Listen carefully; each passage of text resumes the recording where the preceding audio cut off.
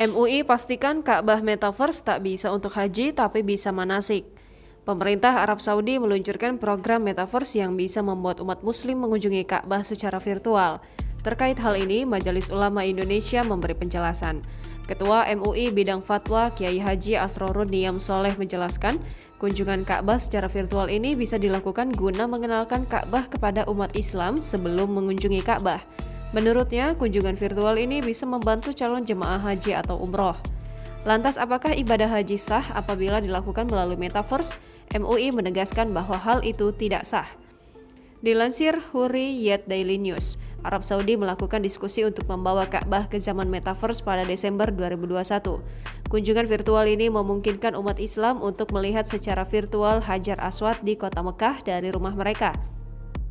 Peristiwa Metaverse disebut inisiatif batu hitam virtual, di mana pengguna dapat melihat Hajar Aswad secara virtual atau Hajar Aswad yang diletakkan di salah satu sudut Ka'bah yang terletak di Masjid Agung Mekah.